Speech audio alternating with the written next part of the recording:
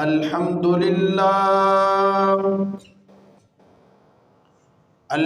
لله نحمده ونستعينه ونستغفره ونؤمن به ونتوكل عليه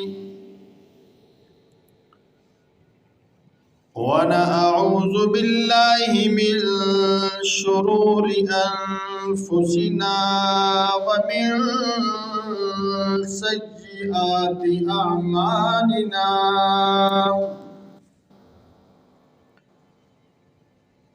من يهده الله فلا مضل له ومن يضلله فلا هادي له ونشهد أن لا إله إلا الله وحده لا شريك له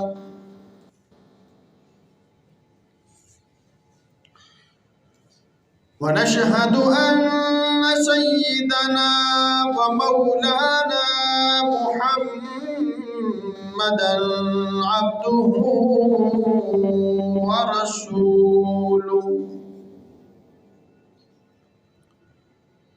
أعوذ بالله من الشيطان الرجيم بسم الله الرحمن الرحيم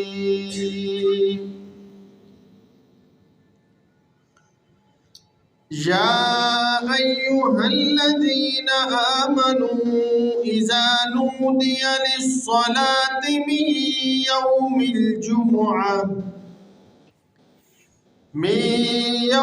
الجمعة فاسعوا إلى ذكر الله وذروا البيع ذلكم خير لكم إن كنتم تعلمون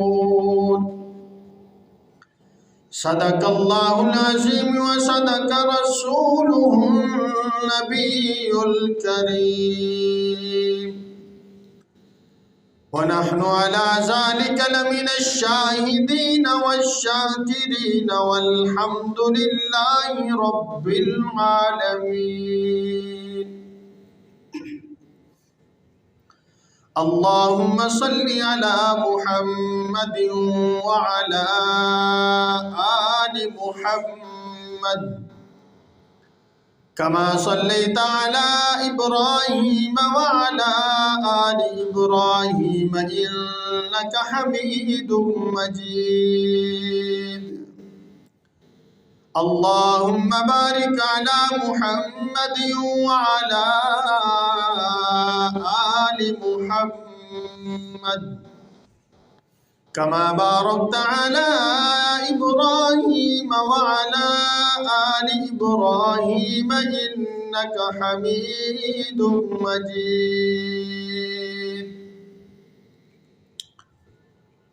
يا رب صل وسلم دائما أبدا على حبيبك خير الخلق كلهم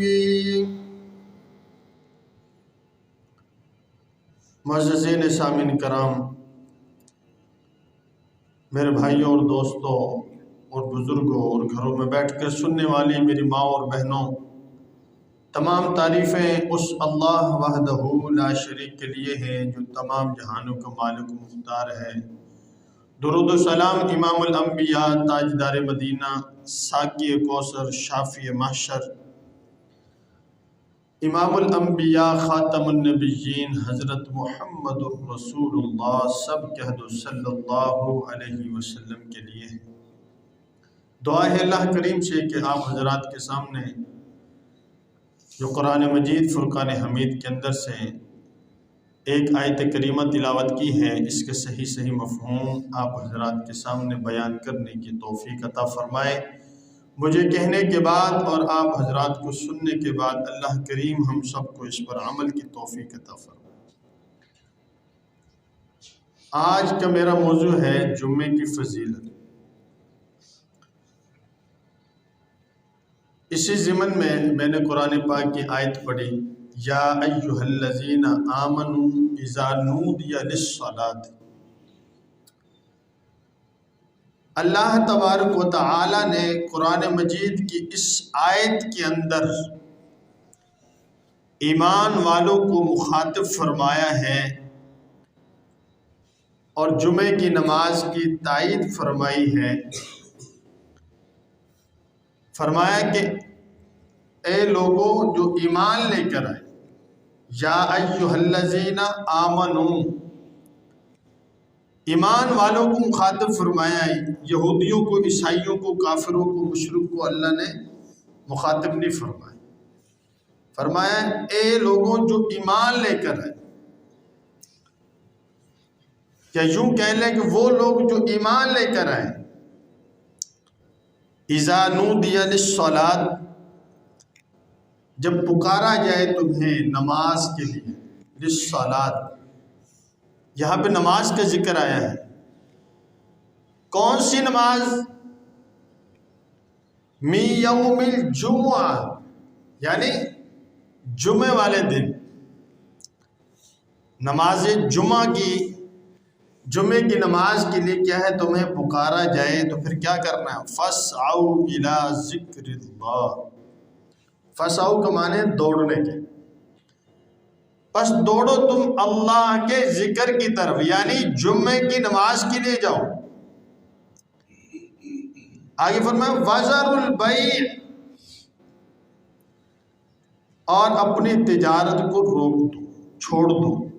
وَذَرُوا کے معنی چھوڑنے کے ہیں، بیع کے معنی ہے تجارت، کہ اپنی وَذَرُوا الْبَيْعَ یعنی اب چھوڑ دو اپنی تجارت کو، جو کام کر رہے ہو، دکانداری کر رہے ہو، کوئی اور کام کر رہے ہو، فیکٹری مل، کوئی بھی کام کر رہے ہو، سب کے سب کو چھوڑ دو اور کہاں چلے جاؤ؟ نماز کے لیے چلے جاؤ۔ آگے فرمایا ذالکم خیر لکم، یہ تمہارے لیے بہتر ہے۔ اللہ کیا فرما رہے ہیں کہ سب کچھ چھوڑ کے نماز جمعہ ادا کرو، یہ تمہارے لیے کیا ہے؟ بہتر ہے۔ ذالکم خیر لکم، یہ تمہارے لیے بہتر ہے، ان کنتم تعلمون، اگر تم جانتے ہو، اگر تم جانتے ہو تو یہ تمہارے لیے کیا ہے؟ بہتر ہے۔ یہ قرآن پاک کے اندر یہ اللہ تبارک و تعالیٰ نے نماز جمعہ کی جو ہے وہ فضیلت بیان کی۔ اب ہم حدیث پاک سے اس کی فضیلت دیکھتے ہیں تو حضور پاک صلی اللہ علیہ وسلم نے کیا فرمایا؟ حضور نے فرمایا کہ جس شخص نے جمعے والے دن غسل کیا، آپ نے کیا فرمایا؟ جس شخص نے جمعے والے دن غسل کیا، پھر جمعے کے لیے وہ مسجد میں آیا، غسل کیا جمعے کا اور پھر وہ مسجد میں آیا اور اس نے خطبہ سنا، امام کا کیا ہے جیسے آپ سن رہے ہیں، امام کا اس نے خطبہ سنا، پھر اس نے نماز پڑھی جو اس کے مقدر میں تھی، پھر اس نے نماز پڑھی جو اس کے مقدر میں تھی، تو فرمایا کہ اس جمعے سے لے کر جو اس نے جمعہ پڑھا ہے اگلے جمعے تک، حدیث کے یہ الفاظ بھی ہیں کہ جمعے سے بھی 3 دن اور زیادہ کر لو، اگلے جمعے تک اور 3 دن اس میں اور ایڈ کر لیں، اتنے گناہ انسان کے معاف کر دیے جاتے ہیں۔ سبحان، یہ جمعے کی فضیلت ہے۔ جمعہ پڑھنے کی کیا ہے؟ یہ فضیلت ہے کہ انسان جو جمعہ پڑھتا ہے اس کے 1 ہفتے کے گناہ کیا ہیں؟ معاف کر دیے جاتے ہیں، 1 ہفتے کے گناہ معاف ہو جاتے ہیں۔ جمعہ تو پڑھنا ہی پڑھنا ہے، جمعہ تو انسان کے اوپر فرض ہے، وہ تو پڑھنا ہے۔ اور جمعے والے دن جب جمعے کی اذان ہوتی ہے تو فرشتے باہر دروازے پہ آ کے کھڑے ہو جاتے ہیں، بڑا رجسٹر لے کے کھڑے ہو جاتے ہیں، کون کون آ رہا ہے؟ جمعے کی پہلی اذان ہونے کے، جب اذان ہوتی ہے تو فرشتے آ کے ان کی ڈیوٹیاں لگ جاتی ہیں اور وہ باہر والے دروازے پہ کھڑے ہو جاتے ہیں۔ ہاں جی، کون پہلے آیا ہے؟ 12:30 بجے اذان پہلی ہوئی اور 1 بجے خطبہ شروع ہونا ہے. اب اس آدھے گھنٹے میں کون پہلے آیا اس کا نام اس نے لکھ لیا، جی فلاں فلاں جو ہے یہ آ گیا. جو سب سے پہلے آئے گا، حدیث پاک میں آتا ہے کہ جو سب سے پہلے آتا ہے فرشتہ اس کا نام لکھتا ہے، سب سے اوپر والی لائن میں اس کا نام. اور فرمایا کہ اس کو اتنا ثواب ملتا ہے جیسے اس نے ایک خوبصورت اچھا موٹا تازہ اونٹ حج کے لیے اس نے بھیجا ہو کہ یہ میری طرف سے قربانی کر. اتنا ثواب اس کو ملتا ہے جو سب سے پہلے آتا ہے. اب اس کو 2 فائدے ہو گئے. نمبر 1 جو فرشتے اللہ نے جن کی ڈیوٹیاں لگائیں کہ دیکھو فلاں فلاں مسجد میں کون پہلے آتا ہے، جاؤ ان کے نام لکھ کے لاؤ. کون کون جمعے میں شامل ہوتا ہے، جاؤ ان کے نام لکھ کے لاؤ. ہم لوگ جو جمعہ پڑھنے کے لیے آتے ہیں ہمارا تو نام ہی نہیں ہوتا اس رجسٹر میں. میں آپ کو بتاتا ہوں کیسا نام نہیں ہوتا ہمارا. چند لوگوں کے نام ہوتے ہیں صرف وہ رجسٹر میں جو فرشتے لے کے جاتے ہیں، باقی سب کے نام رجسٹر میں نہیں ہوتے ہیں. میں آپ کو بتاتا ہوں کیوں نہیں ہوتے.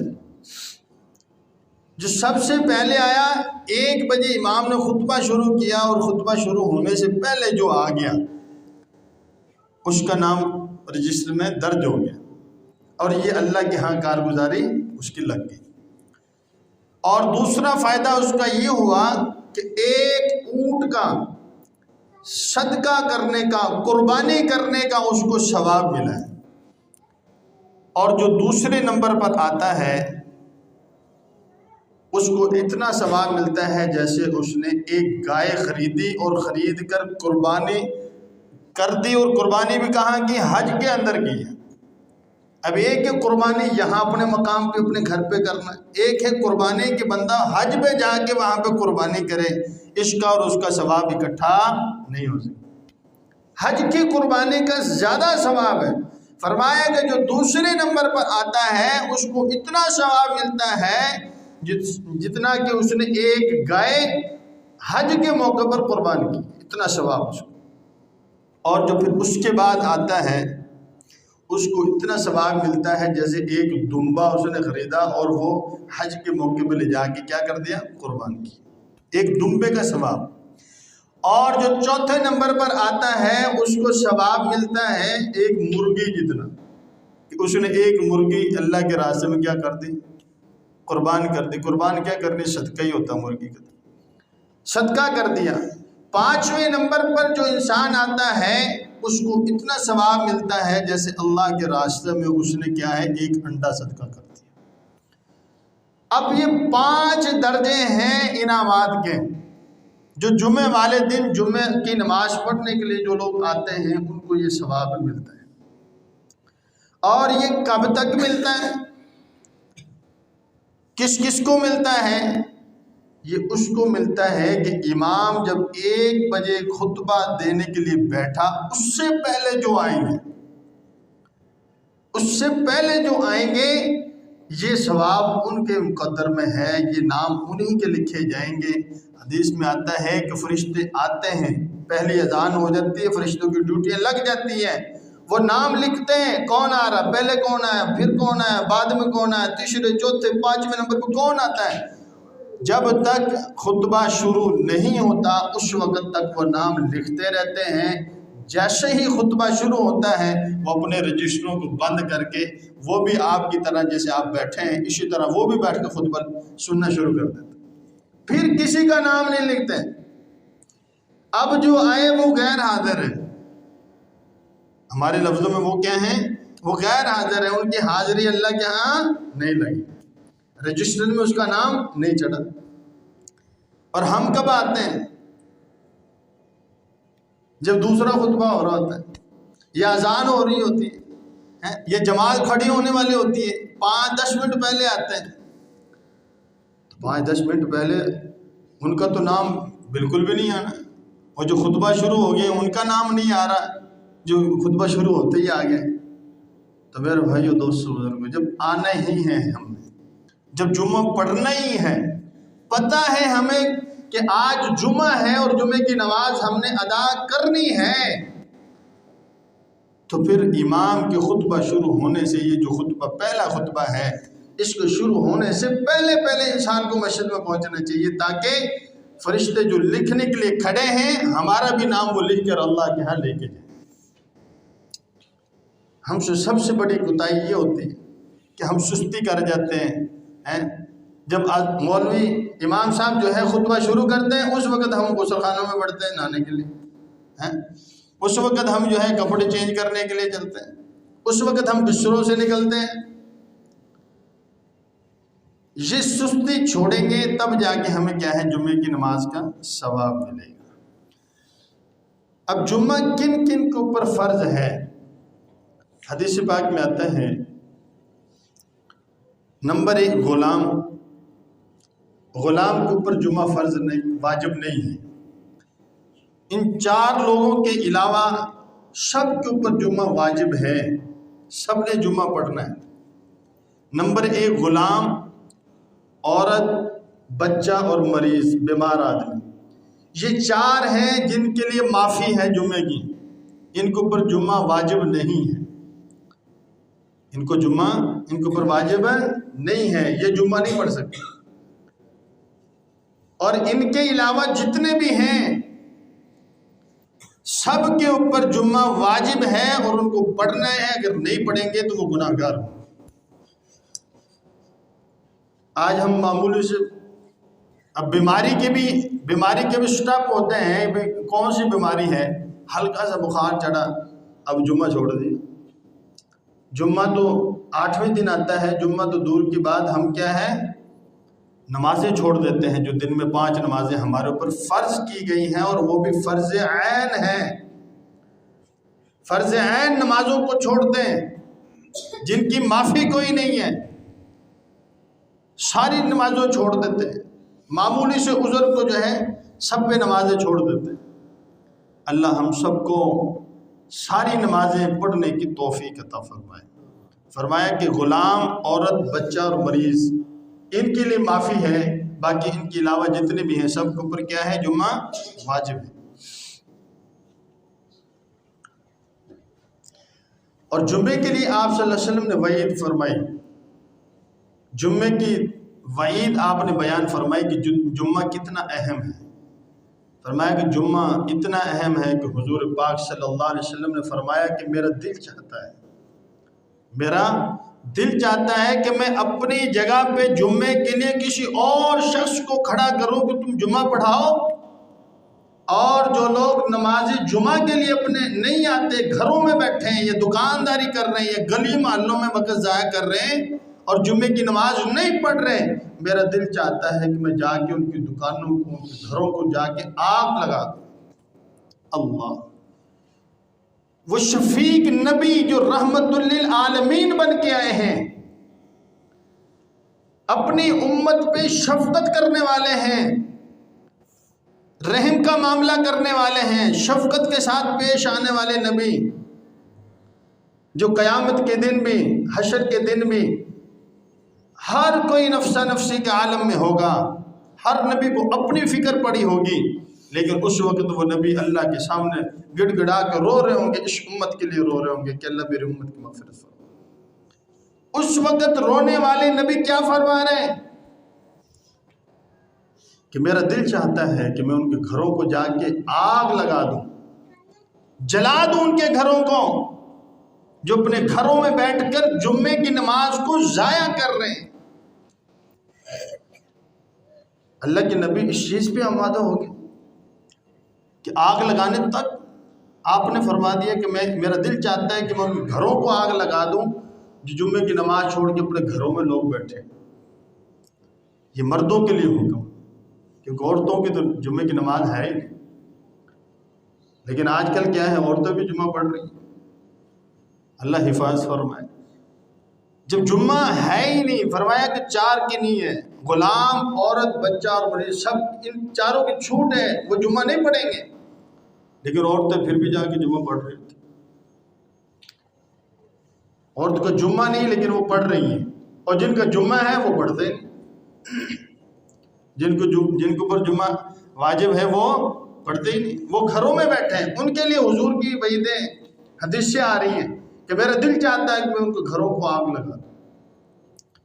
تو اس لیے محترم سامعین، جمعے کی نماز جو ہے اس کی اتنی اہمیت ہے کہ آپ کیا ہے ان لوگوں کے گھروں کو آگ لگانے پر آمادہ ہو چکے ہیں۔ تو اس لیے جمعے کی نماز کیا ہے نہیں چھوڑنی چاہیے۔ فرمایا کہ جمعے کے دن انسان کی دعا قبول ہوتی ہے۔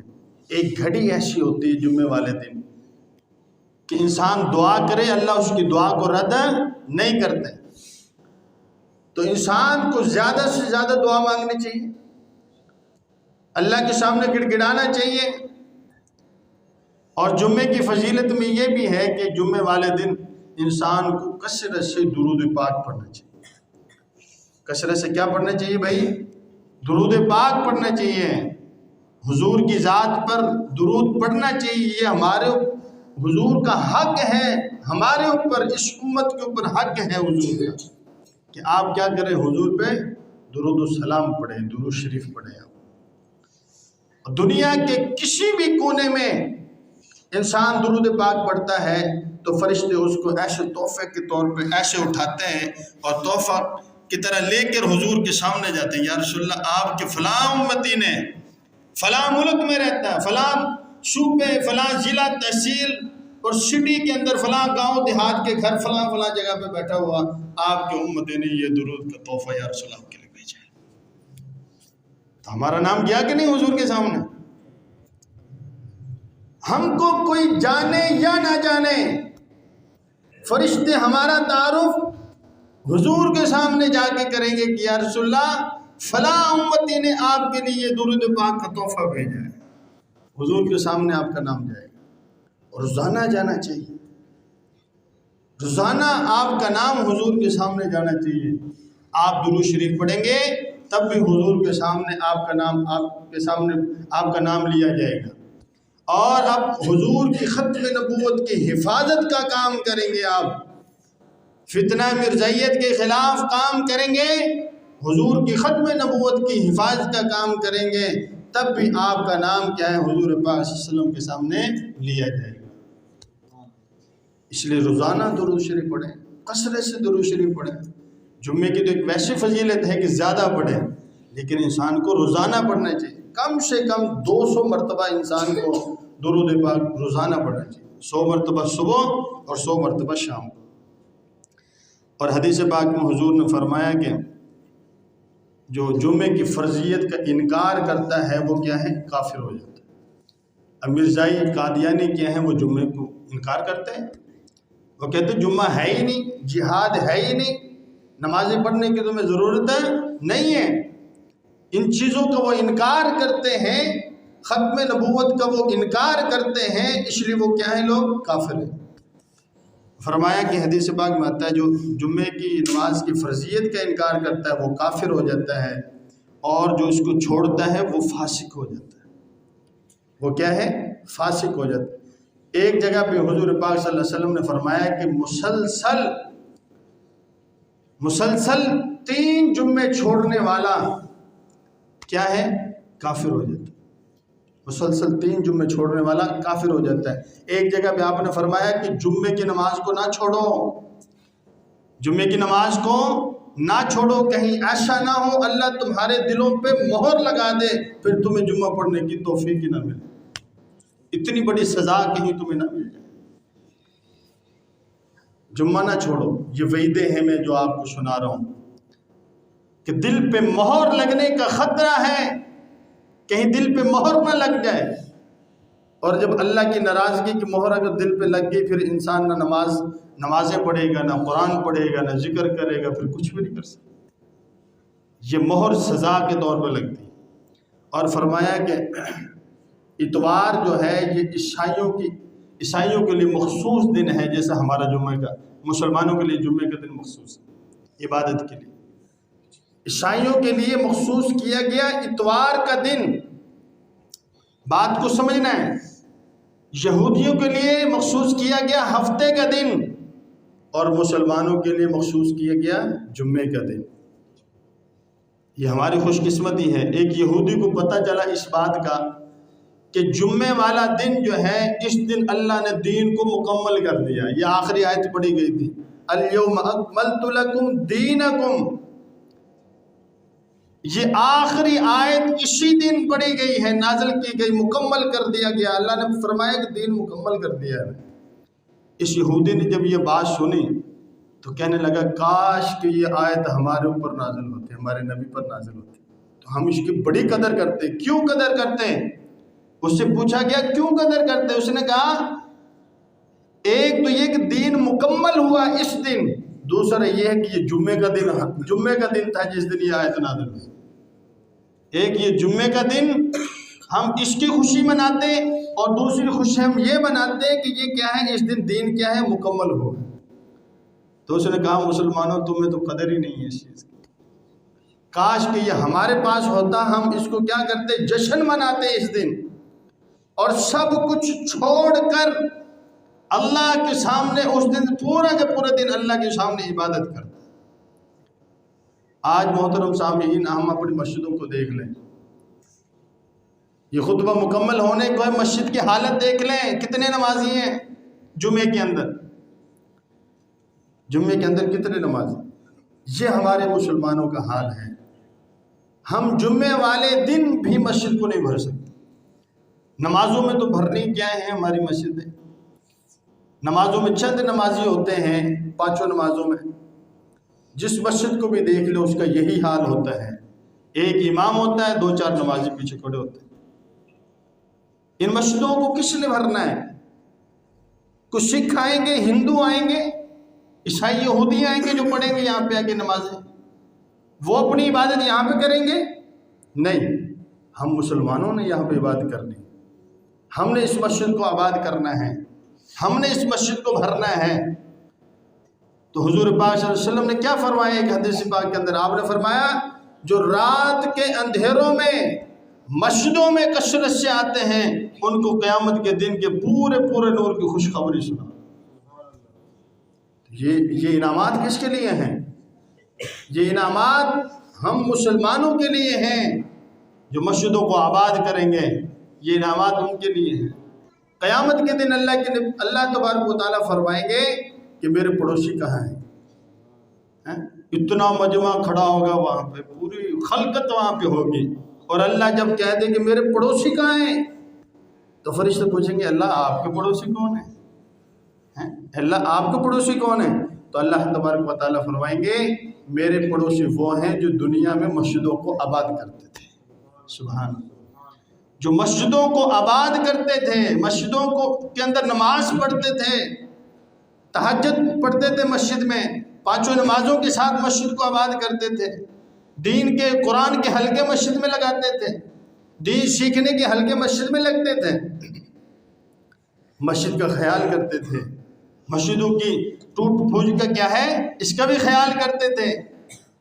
تو یہ جو لوگ جو ہے مسجدوں کو آباد کرنے والے یہ اللہ کی پڑوسی ہوں گے قیامت کے دن۔ اللہ کا پڑوس مل جانا قیامت والے دن کتنے خوش نصیب ہیں وہ شخص جن کو اللہ کا پڑوس ملے گا۔ تو اس لیے مسجدوں کو آباد کیا کریں۔ آخری بات کر کے ختم کرتا ہوں، جمعے والے دن انسان کو سورہ کہف کی تلاوت کرنی چاہیے۔ سورہ کہف 15ویں پارے سے شروع ہوتی ہے اور 16ویں پارے کے شروع میں مکمل ہوتی ہے۔ اس کی فضیلت یہ ہے کہ جو انسان سورہ کہف پڑھتا ہے اس کے 1 ہفتے کے گناہ معاف ہو جاتے ہیں۔ 1 ہفتے کے کیا ہوتے ہیں جی؟ گناہ معاف ہو جاتے ہیں۔ اور فرمایا کہ اللہ اس کی بیماریوں سے، بڑی بیماریوں سے اللہ اس کی حفاظت فرماتے ہیں۔ سورہ کہف پڑھنے والے بڑی بیماریوں سے اللہ لا علاج بیماری اس کو نہیں لگاتے ہیں، بڑی بیماری سے اللہ اس کی حفاظت فرماتے ہیں۔ چھوٹی موٹی بیماریاں تو دیتے ہیں اللہ کے، جب اللہ راضی ہوتے ہیں اس کو چھوٹی چھوٹی بیماریاں دیتے ہیں۔ یہ اللہ کی راضی ہونے کی نشانی ہے کہ بندہ بیمار رہتا ہے، تھوڑا بیمار رہتا ہے، 10 20 50 روپے کی دوائی لی ٹھیک ہو گیا۔ بڑی بیماری اللہ اس کو نہیں لگاتے جو سورہ کہف کی تلاوت کرتا ہے۔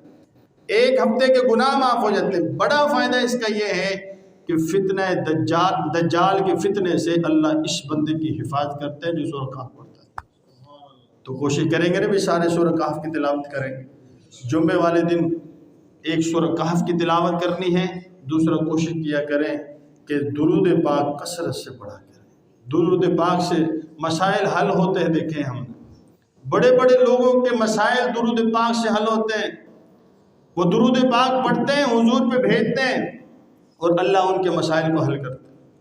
اور ایک جمعے والے دن عصر کی نماز پڑھنے کے بعد اپنی جگہ پہ بیٹھے رہنا ہے، کسی سے بات نہیں کرنی، اور 80 مرتبہ یہ درود پاک پڑھیں، اللہم صلی علی سیدنا محمد النبی الامی وعلی آلہ وسلم تسلیما۔ 80 مرتبہ جو انسان یہ پڑھے گا جمعے والے دن عصر کی نماز کے بعد، اس کے 80 سال کے گناہ معاف کر دیے جائیں گے۔